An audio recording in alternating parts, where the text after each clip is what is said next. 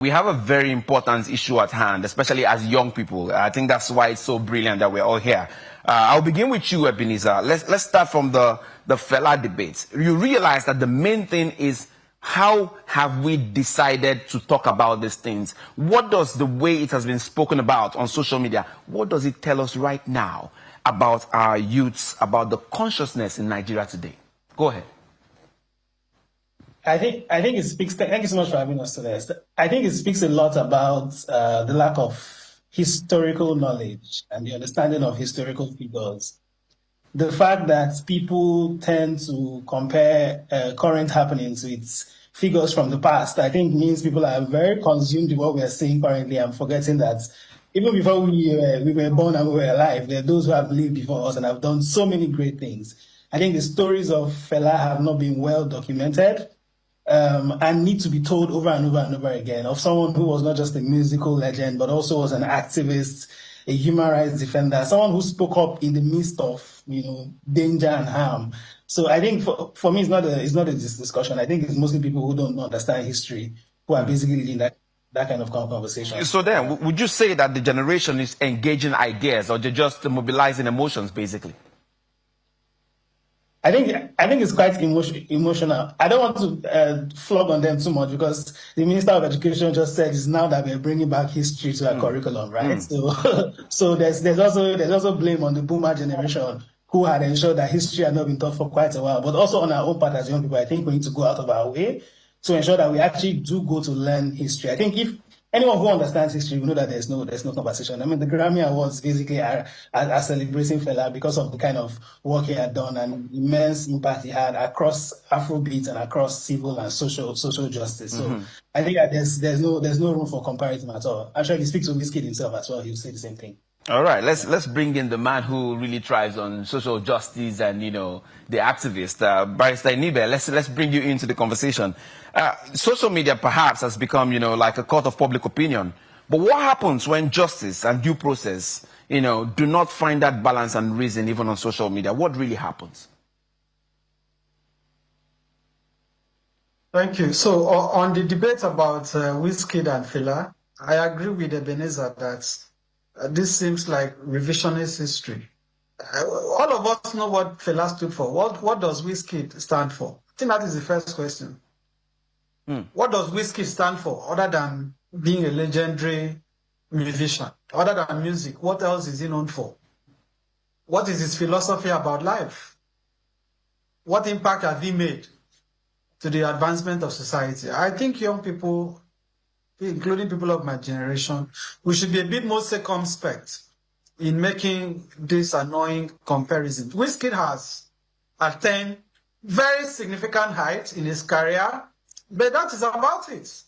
He has not identified with the causes that matters to the Nigerian people, to the Nigerian public. He really even speaks out about what is going on in the country. So I do not know why we are having comparisons between Wizkid and Fela. So Barrister, beyond the comparison, I am saying, since social media seems to have become like a court of its own, of public opinion, where does this leave us in the fight for justice, due process, and reason? Where does it leave us? The beautiful thing about social media is that when people bring cases to social media, the social media is self-censoring, in the sense that the social media itself is capable of censoring, is capable of fact-checking opinions expressed by people on these platforms. So I agree that it is also indicative of, in some sense, a loss of confidence in the capacity of institutions in our country to remedy wrongs.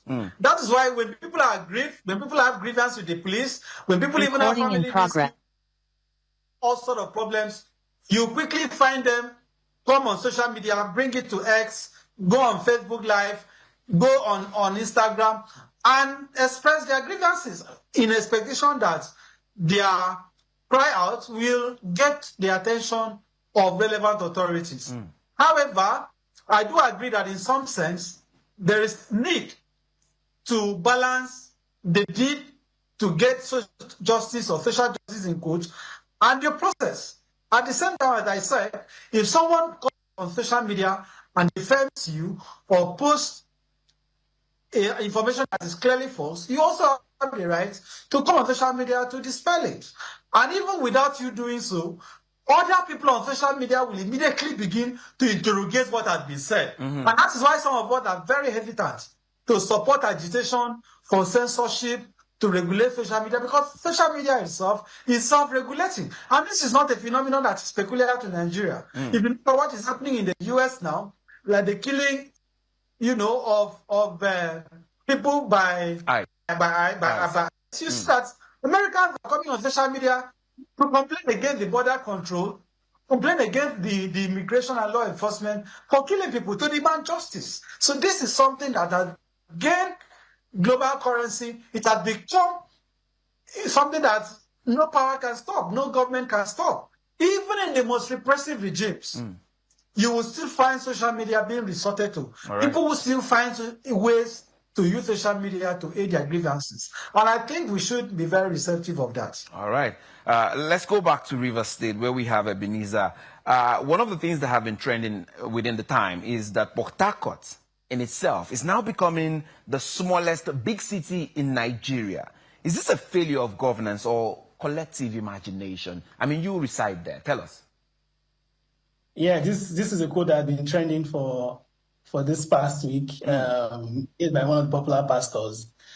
And, I'm happy that everyone is waking up to these facts. This is something that I personally had advocated for the past couple of years, asking that despite the decades of, if I say abundance of resources that the state has had, Rivers State as a state has not had a vision for 50 years. The last time we had a long-term development plan or a long-term vision was in 1975, but that was when we had our first military governor. So if we could go this long with years and years and years of abundance without planning, obviously you become a former story. So you're a big city, but you come within the city, there's no more development, schools are dilapidated.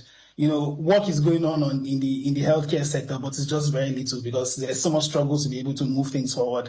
There's just so much challenge because of the fact that, there's no coherence in our planning from administration to administration. So, spot on. That comment was spot on. And I think, Rivers people need to actually have a conversation about the future of the state and about what needs to happen to hold government to account. And I think that's part of what inspired us to start the Rivers 2050 Vision project that we've led for the past 1 year, hoping that by October this year, we'll be able to launch that vision and it becomes a new social contract that people can use to hold the government accountable. Yeah. All right, thank you. Barrister, let's come back again now to something that has to do with power, something that has to do with justice. We have the story of the missing funds. It's been trending in the Ministry of Power. We also have the issue of the one who spoke out against bad roads and some other things in the state and was arrested. Where does this really leave us when it comes to our priorities? Where does it leave us as a nation when we speak as to, the right of the individuals? The one that I find particularly baffling, very embarrassing, is the arrest of a clergy or an activist in Ogun State for complaining about bad roads. The reality is that roads in Ogun State are bad, terrible. I've traversed Ogun State. I go to Ogun State for court cases. I have had calls. If you go on my X and Facebook, you can search. You will see the comment that I have also made about the bad state of roads in Ogun State. The governor himself is aware that roads are bad in Ogun. So what is the business of the State Security Service, a law enforcement agency, with harassing a Nigerian for expressing grievance about a fact that is so easily verifiable? It shows how unserious we are, and that was the comment I made on X. It shows how unserious we are as a country. It shows how we have chosen intentionally in this country to elevate trivial issues, devote public resources, scarce time, and institutional capacity to address things that government shouldn't even be bothered about. If people are complaining about bad roads, someone is complaining or agitating that roads are bad, that roads should be fixed. What is a sane government supposed to do? Is it not to fix the road? You have not fixed the road. You are arresting, you are inviting, you are harassing the person that is demanding that road should be fixed. Well, we are simply not a serious country. You sure the governor of Ogun State has his priorities in the wrong place. He has his head in the wrong place. Because if he had his head in the right place, he should be thinking about how to fix the road. So that is what he should pay attention to. And then the missing money in the Ministry of Power, it's not only Ministry of Power that money is missing. Money is missing everywhere, including at the CBN that is supposed to keep our money. Emefiele today, as governor of Central Bank, is standing trial in multiple courts, in different courts, on multiple counts, for money that allegedly went missing during his administration as governor of the Central Bank. So, Nigeria is a very interesting, I think Nigeria is a clear example of how not to govern a country.